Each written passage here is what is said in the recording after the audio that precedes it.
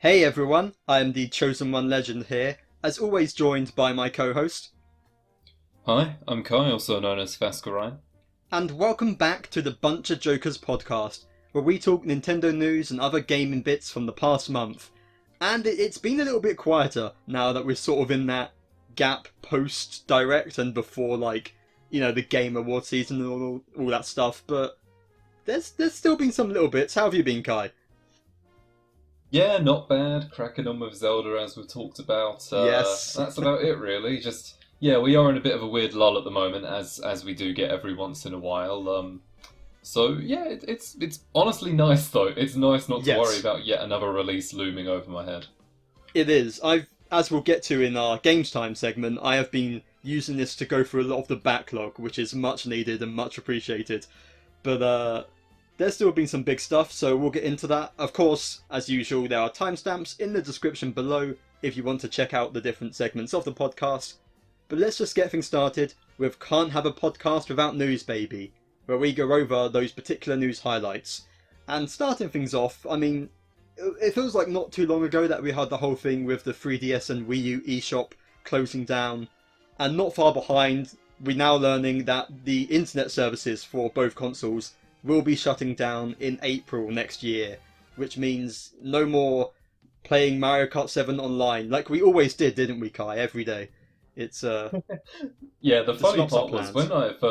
when I first heard this, Hmm. I actually wasn't really sure what it was talking about because I basically never used like the distance, online service for Yeah. either thing. Like I've only ever used local for both. So honestly, I wasn't missing much, but it's also still very sad because there were some pretty cool things available. Yeah, it's always one of those things where, like, personally speaking, it's been years. I can't remember the last. In fact, I think the last time was with some people in our community. We played some Smash Bros. Wii U online, like a week before Ultimate came out, and it was never that great. The Wii U's online or the 3DS's. It served its purpose. Splatoon was good, but it, despite the fact I never used it much, it is surprising looking like how active those things still are. Like, you can go on Mario Kart 8 Wii U's online and still find games quickly. It's baffling, but it is still getting used, so it's a shame to see it go, but fans do like fan server things, so those who are really dedicated enough have options, I suppose, when you think about it that way. I think one of the places it takes the biggest hit is actually Xenoblade X because True. obviously online was quite a key part of that. So to see that missing means that the game is no longer able to perform as it normally would. Yeah. Sort of begs a port to happen, but we've been talking about that for years at this point. Well, exactly. It's the only sort of holdout. Games like, at least, Mario Maker's online, Splatoon's online, they've all got sequels on the Switch. Xenoblade X, no port or anything, so, I mean, personally speaking, again, I didn't even know X had online back when I played it. Like, I didn't even know that was a thing. So, but Switch port to give us the option, like you say, now would be the perfect time, but at this point, it'd have to be the Switch 2 or whatever, so, maybe one day. But, rest in peace, 3DS and Wii U internets. You will be missed by some people. Not us, but some people. And Hey, on as to... long as I can keep playing my new Super Mario DS local multiplayer, I'm gonna be okay. True. That's what matters, really. True. And on to our next topic, we have more Lego sets coming out. Lego Animal Crossing in March 2024, and unlike the Mario sets, which were sort of like games, these are just your classic figurines. You're building sort of, like Nook's Cranny and different iconic locations from Animal Crossing series. It's neat. It sort of feels like a good logical step to make these, I'd say. I mean, how many villagers can they sell individual figures of? God. Yeah, no, I agree. It's all like very fitting, Lego Animal Crossing, you can see it happening, so not many surprises here, but it's nice that they're doing it. Yeah, and I'm not really into Lego as much nowadays, and this, if they did Lego Xenoblade, I'd be there one day one. I'd be losing all money in my wallet. But I probably won't be getting this, but I can definitely see potential for more. Like, as a kid, I think they still do these. They used to have these things called Lego minifigure series, where each series you get a random pack, and you wouldn't know which figure was in it until you open it up. It's basically gacha, and if they did that with Animal Crossing Villagers, they would make all the money, just every last You bell. imagine the market. Oh my Yeah. goodness, Amazon would go crazy. Exactly, and the thing back in the day, you could sort of cheat it in store because if you felt the packet, you could feel the shape to figure out which one it was. Problem is with Animal Crossing, there's like 20 bunnies, they all have the same shape. You're never going to figure that out. So, yeah, real life gacha, here we go. They haven't confirmed that, but I can just see it happening. That would be very funny. Like, if nothing else, it would be hilarious. It's only a matter of time. Have fun, scalpers. Dear God. Oh, But God. on to our next topic, PlayStation news this time, because they've announced a new PlayStation 5 model, and kind of, because it's not a slim, rather, it kind of is, but it's just replacing the current version of the PlayStation. That's just going to be the new model, the only one sold from about like November onwards, basically, I think they said. Maybe it's a bit later. And the main difference is that you can buy it, as usual, you can get with or without a hard drive. But the hard drive is actually removable, so if you want to buy the digital only version, you can later attach a hard drive onto it, which it's an interesting idea. I don't see the need to upgrade from my current one because it's not more powerful. Also, it looks kind of uglier with like the hard drive just sticking out of it like a sore thumb. But it's smaller, so hey, more shelf space, I suppose. That's a plus. Yeah, it's a very interesting one because these, PlayStation and Xbox are both looking and like, how can we innovate constantly? That's a very big thing for them because they need it for appeal. So it's very odd that like that's the route they decided to go, is like this design. I feel like there were probably cooler things they could do to innovate, but that's what they chose at the end of the day. Yeah, I wouldn't be interested in getting one myself either. Like the PS5 we have is fine. Yeah, it is interesting that they chose to make it like the replacement, because I would have thought it'd be like, hey, here's a slim, like here's your DSi and your DS Lite, incentivizing people to just buy them all and whatever. But it's just going to be the new one from now on. So this your only option if you're getting a new one, joining on the PlayStation train right now. But as long as mine keeps going, and I hope it keeps going, my Switch is hanging in there, but my PlayStation's doing fine, so I don't need to upgrade anytime soon. Yeah, same here. Nintendo, however, bring out a bloody Switch 2 before my Switch explodes. I mean, it survived Tears of the Kingdom, so surely it can make anything at this point, but we'll see. You would think so. At the very least, one thing it needs to make is the final wave of Mario Kart DLC for the booster course for 8 Deluxe, which they've just announced. We've got all the tracks, which are among like tour tracks. There's Wii's Rainbow Road, DK Mounting, Bowser's Castle from SNES, Daisy Circuit, and Rosalina's Ice World. It's an interesting set of final ones. I think Wii's Rainbow Road is hype. That's a big nostalgic one for me. Yes. But what about you, Kai? Yeah, I think to start off with, Wii's Rainbow Road is like essentially the final track of the set. Is quite good. Wii is obviously a really iconic game in the series. That Rainbow Road is a really good rendition of it. One of the things that I saw pointed out, which I was particularly a fan of, is how they showed off like one of the shortcuts on the Wii that was like unintended. Yeah. But they just showed it off in the trailer here, like it's now become an intended shortcut, which I think is really neat. But yeah, really good track selection there. DK Mountain, I think, is another really good one, iconic. Yes. Tour tracks are tour tracks, depending on who you are, that means very different things. I think I was underwhelmed by Rosalina's Ice World. It's not a bad stage. I remember it from the 3DS, and I think it operates fine. But like, it's like the final track they ever revealed for it. It's like, you could have definitely done a better job than that. Like, why didn't you give us Airship Fortress or anything like that? Yeah, it's a good selection for sure. I wouldn't say it's like a standout hype selection for the final pack. Not that I really expected them to do this, given it's Nintendo and they do whatever they want.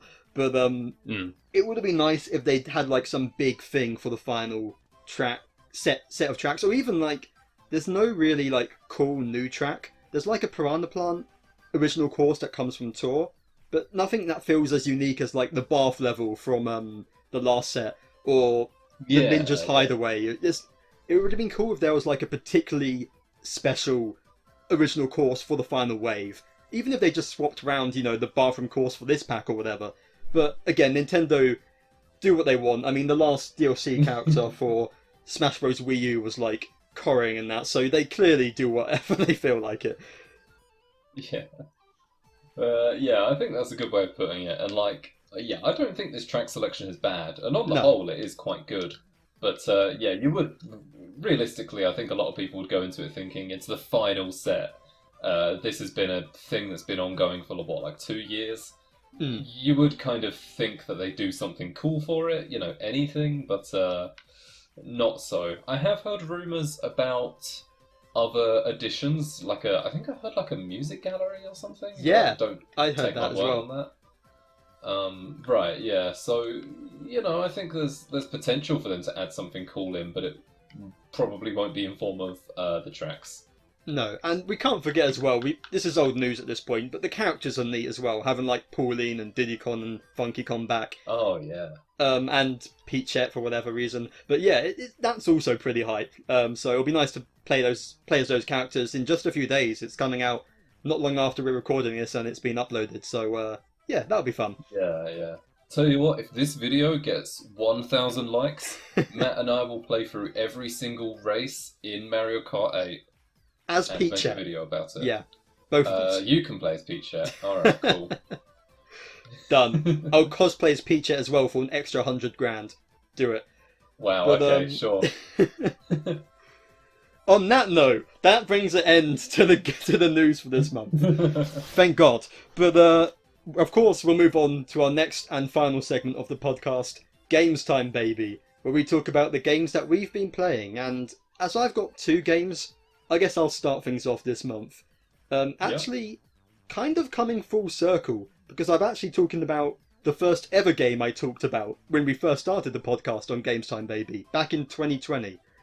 And that is Fire Emblem Three Houses. Back then, I played Golden Deer for the first time, loved it, and I said I'd do another route, and here we are 3 years later, so I guess I'll see you guys in 2026 for the Black Eagles playthrough. But this time around, I did Blue Lions, and I kind of don't want to go too much into Three Houses as a game. I've talked about it before, we both have, so there's not really much unique. It was interesting playing it after Engage and sort of the differences of that, but Oh yeah. Engage is definitely trickier. But of course, this game does have the whole school aspect, which I forgot quite how much of a bloody time sink it is. 70-hour Honestly. playthrough. Yeah, it's fun. Like, I like it, but God, it does take your time. But to talk a bit more about Blue Line specifically, I enjoyed it, although I did find myself maybe a little bit disappointed in some regards. I guess the way I sort of thought of it was I'd heard that Golden Deer and Blue Lions were sort of talked up as the best, the equally like the best options for the routes. So Yeah. I sort of had high expectations going into it, as I loved Golden Deer. But it kind of fell short of that to me, whereas I think Golden Deer is absolutely superior. And I guess to talk a bit more about that, I did like that it is kind of more of an emotional, character-driven story compared to Golden Deer, going into Dimitri's adventure, his endeavours. I mean, you only Yes. need to have seen the trailer to realise that he goes through some shit post-time skip and sort of goes off the deep end a bit.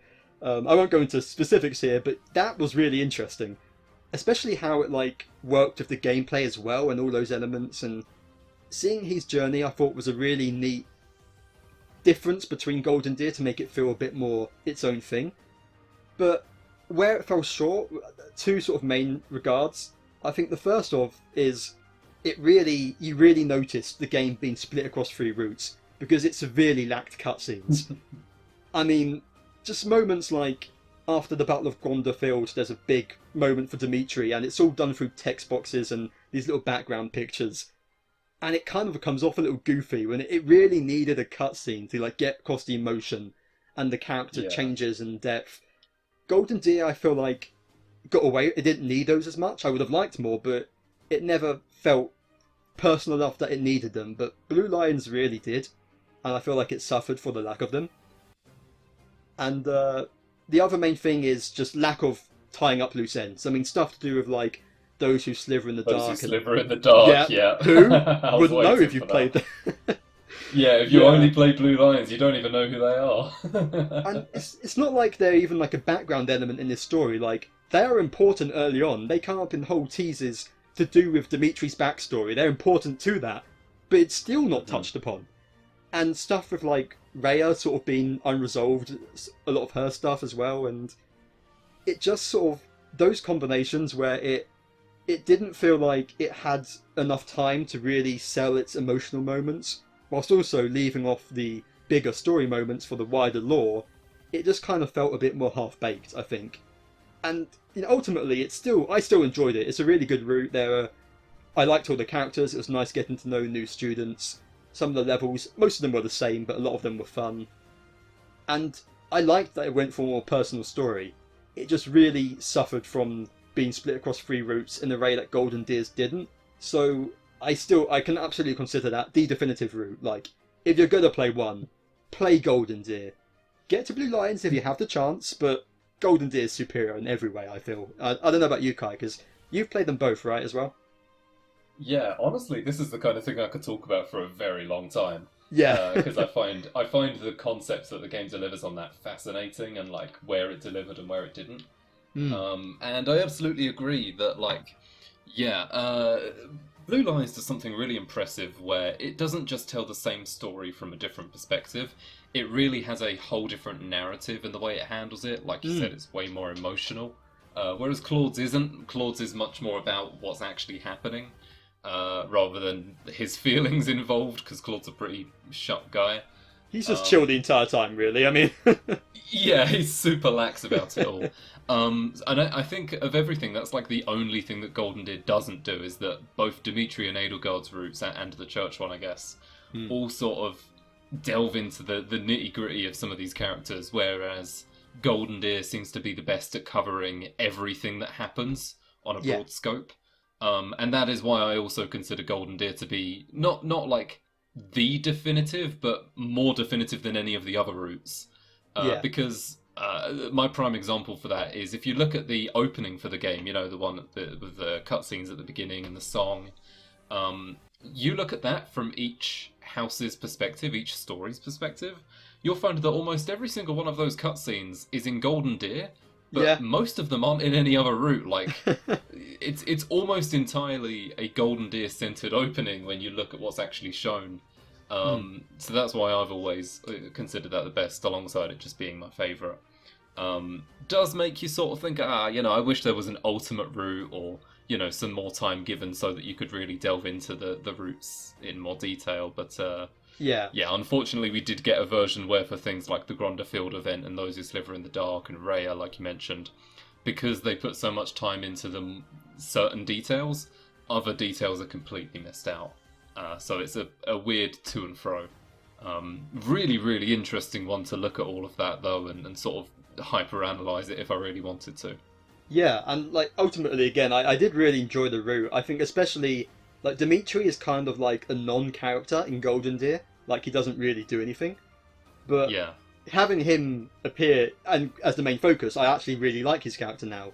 And not only that, but I mean, Claude himself had quite a lot of interesting stuff in the Blue Lions route, which was neat as well. So it did stuff with Claude and Edelgard that I didn't expect. So it's definitely still Hmm. worth playing. Like, it's a fun alternative, but yeah, it's still a good time overall, definitely. Yeah, I remember when I played it a couple of years back and really enjoyed it. I think my playthrough of that was like, I think over 100 hours in the end, because that was like my quote unquote 100% route where I recruited every single character and tried building them all up equally to be sufficient levels, and having them all have optimum equipment and stuff like that. Uh, Hmm. God, it was a slog though. Yeah, I sort of tried to like. I was thinking like I won't recruit too many other people because I want like the emotions in the Battle of Gondor to be authentic and stuff. But then it came to it, and I was like, okay, I can't make myself kill Marianne. I can't make myself kill Bernie. And then it adds up and that. But Yeah. somehow I accidentally ended up recruiting Hilda as well. I'm like, okay, sure. And Oh, that's cool. Yeah, it's a good throat though. I do enjoy it for what it yeah, does. it was fun. And like I said, 2026, I'll talk to you about Black Eagles, but that's the time away. Yeah, honestly, it's one of those games where like I feel like there's so much analysis that could go into it that people have already done, of course. But Yeah. yeah, I do really like the multiple route thing and how they handle it. And let's not even forget that Free Hope still exists, and I've only done one of those routes. So, Yeah, here we I've not go. even played that yet. God, Yeah. that's on the backlog. Ugh, Oh yikes. man. That's Oh. a story for another day. But in the meantime, what have you Indeed. been playing this month, Guy? So I want to give two small updates on things just Sure. quickly. One is, yeah, most of my time has been spent playing Tears of the Kingdom. We will have a discussion out on that in the not too distant future. Because, Matt, you've already had it finished for quite some time now, and I'm coming to Yep. a close. I would have finished it sooner, but I'm 100%ing it like a psychopath, so here we are. You madman. So that's happening, and that's really fun, but we'll talk about that another time. Also, I was playing very diligently F-Zero 99, and I did get a win. I got Oh. one, and I was very, very happy about it. This was after, like, the second set of tracks had released. I Yeah. still got it on the most basic. I think it was, like, the basic Big Blue or whatever it was. Mine was Big Um, Blue. yeah, it was the same one as yours. Hmm. I ended up level like 30 something when I got it, S plus rank, or just S rank maybe. But yeah, I won't touch on the game too much because I did last time. But I got pretty close in some Grand Prix. I got like top 10 quite a few times and stuff. So I improved, but I have stopped playing it now because they need to add multiplayer with friends. Oh, please. Yeah. The one game that I have been playing a little bit more is one that released, I think it was a couple months ago, and it is Town of Salem 2. Ooh. So, Town of Salem 1, for reference, is like your traditional werewolf mafia social deduction game. You discuss in the day, and then the werewolves kill people at night. And Town of Salem is basically a far more complex version of that, where every person has a role. They're split into categories of like, investigative, killing, support, and the same for the evil side, and there's neutrals. It's a 15-player game, all with unique roles, so like, it's complicated.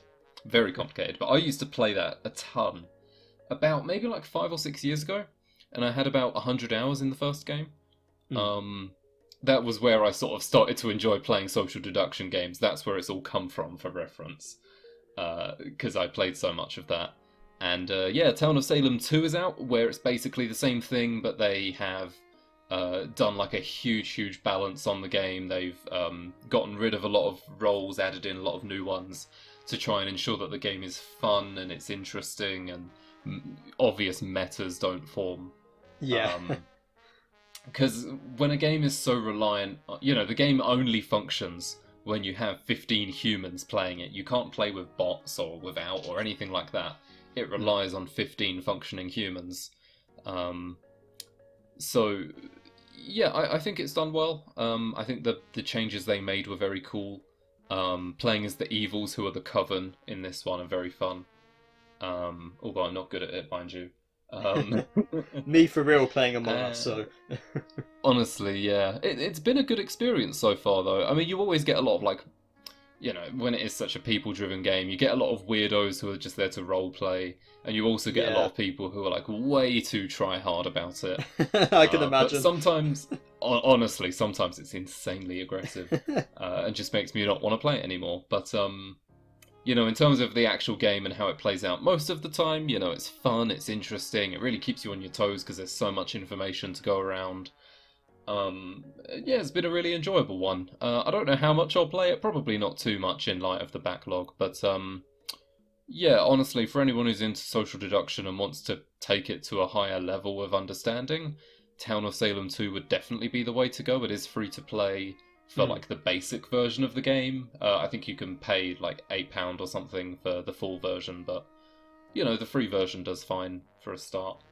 Yeah. So yeah, it's been really fun, really good. I can especially imagine that being fun if you were able to get like 15 friends or something, or 14 friends with... Oh, I can only imagine. Although I do think there is merit in like, before every game, you make your own new name after every match, so that you're basically always anonymous. So it's like it's almost very refreshing, because I feel like if you're playing things like Werewolf in person, which I did a couple months ago, I feel like sometimes you can feel bad, or you can use certain prejudices you have against people, like, oh, I know they're lying when they do this tone of voice or whatever. Yeah. But when you're playing a purely text-based game with complete strangers, it almost adds an element of like, I don't know, it feels fresh. You don't feel bad for accusing people, or you don't try and target people. It's just completely fresh, so it's nice. That's a good point, because having played stuff like Among Us with you, and there's a new map out as well. We should play that at some point. But yeah, we'll talk about that next month probably. Yeah, but having sort of played that, sometimes it does come down to it, like where you're like, okay, I know this person's lying because I know this person usually does this routine, or someone made a typo and I can guess who might have done that, or you can do things based on knowing a person well enough to figure it out, which does distract from the pure essence of the game at times. So I can definitely see the value in anonymous playing. So that's interesting. Yeah, it's very cool. As for me, I guess I'll move on to my second and final game for this month, which is sort of the big release of this month, Mario Wonder. I played it. I got 100% in it. It's it's not a long game. It's a Mario 2D platformer, but no surprises. It's damn good. I mean, if you've seen the trailers, which of course I know you have, you know exactly sort of what you're getting. It's exactly what it looks like. Just coming off of the new Super Mario Bros. Series, which I liked, by the way. I loved Wii U and Wii, and back in the day playing with friends. They were great fun, but just so much more personality in like the animations, the colours, and like the backgrounds. How every world feel like each level doesn't just fall into the basic, here's your grassy world and here's your fire world, and the kind of stuff Mario's been doing since back in Mario Bros 3 or whatever. It really does feel special in a way that 2D Mario hasn't for a while, which is really, really nice to see. And especially with like the Wonder stuff, like I don't even want to spoil, because when you pick up that Wonder Flower, it just does some incredibly goofy and crazy shit, but it's so much fun. Like, again, comparing it to, like, if I look back at New Super Mario Bros. And Wii and try to think of, like, a standout level, I can, like, maybe think of, one or two, like the one where you jump on the flying beetles or whatever, but most of them sort of blend together. Whereas here, every level just has something unique to it, some sort of gimmick that doesn't feel too gimmicky, but enough so that it stands out in your memory, and you're gonna talk about it with friends or play online with friends, because of course that's an option as well. It's just creative is probably the best word for this game.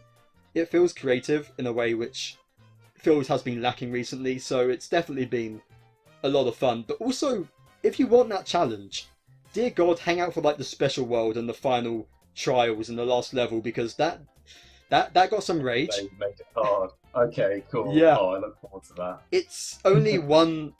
Yeah, it's one particular, like the final challenge, because there's little challenges sprinkled throughout. Of course, there's like the badge system we saw, where you can sort of give yourself different abilities, which is neat. They were all offered like a unique moveset for those trials, and to be honest, I kind of wish that there were more levels based around those, even like almost as if they were power-ups, because it kind of, when it came to it, I sort of stuck to my favourite one for most of the game, outside of the unique challenges to them. But then come the final level, and there's checkpoints, thankfully, but not enough. So buckle up is all I'm going to say. It caused some pain, but it was very satisfying to beat, and it's just a really fun game. And the fact that I got to try out local multiplayer a little bit, which I know we were a bit down on the fact that you can't interact with people when you play together. Yeah. Like, there's no more throwing and picking up. And that's including local multiplayer. But honestly, I didn't miss it as much as I thought I would. Like, it was still a lot of fun to play. you can still throw a shell at each other if you want to kill someone. You know, that's always there. I was going to say that's because you haven't played with Sam and I, where I would have been just like in trying to I was know going you to at every say, given point. I don't trust you at all after that gravity shield in Shrine, Kai. Zero faith. But I haven't got to play the online properly outside of some gimmick levels that sort of require it to solve puzzles, which are quite interesting. But I definitely want to get once some more people in our community get the game, try and give it a shot. But it's just a really charming Mario game. I do feel like it's not. It's a great game, but it's not like an incredible game.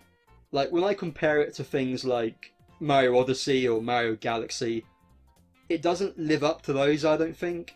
And I'm not in the sense of, 3D's better than 2D, them's the rules. Not like that. But rather, it's just there's something special about those games which Wonder sort of isn't quite there. I guess, like, in a weird sense, the whole Wonder gimmick almost becomes less Wonder because it's the same each level. Like, you play a level, you get the Wonder Flower, something weird happens at the end, and it's the same for every single level, They don't really play around with that formula much. Of course, the Wonder changes how you play the level in a sense, but you get used to the formula, you get into the groove of it, and there's no, like, big blow in your mind moments like the final level in Odyssey. You know what I'm talking about, Kai. That's, like, that whole section. Oh, yeah. There was nothing quite like that. Also, there are very few bosses, and the ones that are there are kind of lame. But those are really just nitpicks, finding why it's not quite God tier.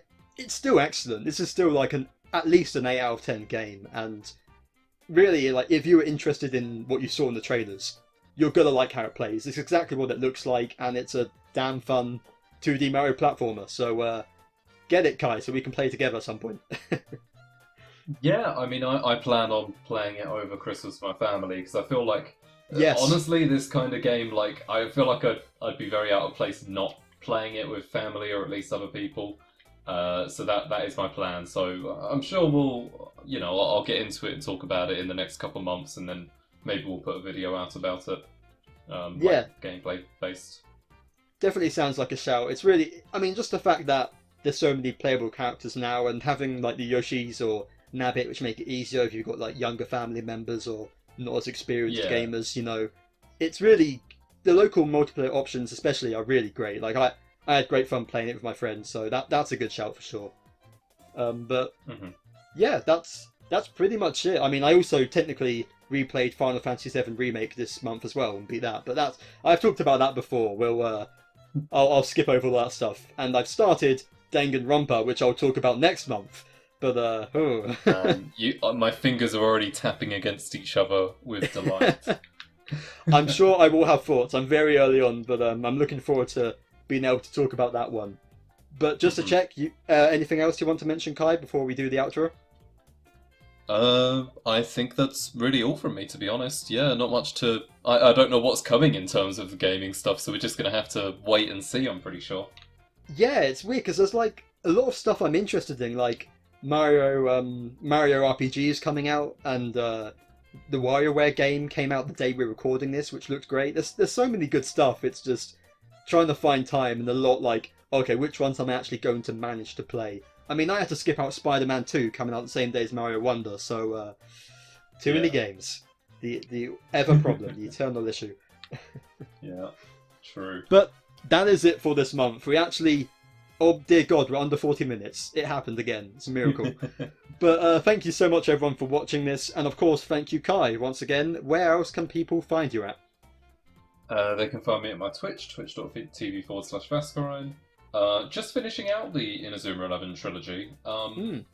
So I think I've already talked about the third game on the podcast. I don't remember, but yeah, soon enough I'll be doing a bunch of random stuff between now and Christmas. So if you want to join in, then go for it. Absolutely, come along, harass him to play Astral Chain one day. I mean, I need more help in that, so one of these days. 2025? Brilliant. The question seems likely. The question is, what will happen first? You play Astral Chain, or I get around to Black Eagles? But we'll see. Well, you know what's happening sooner than both of those things that we should shout out? What's that? Mr. Thumbnail Boy Sam is finally playing Xenoblade 3 again. He's on He chapter is. 6 and he's like making progress. So you know That's- what? He might beat it. He actually might. Fingers crossed. I will also, of course, have a link to him in the description below, as well as playing through Xenoblade 3 for the finally. He's also made a lot of thumbnails on that, so thank you, Sam. And of course, stay tuned to BunchaJokahs for our regular scheduled monthly podcast the first Sunday of each month, as well as gameplay videos. Finally, a Tears of the Kingdom discussion, probably coming out this month, and whatever else as well. Any reactions to Nintendo Directs, etc. But until then, we'll see you guys next time. Goodbye! See ya.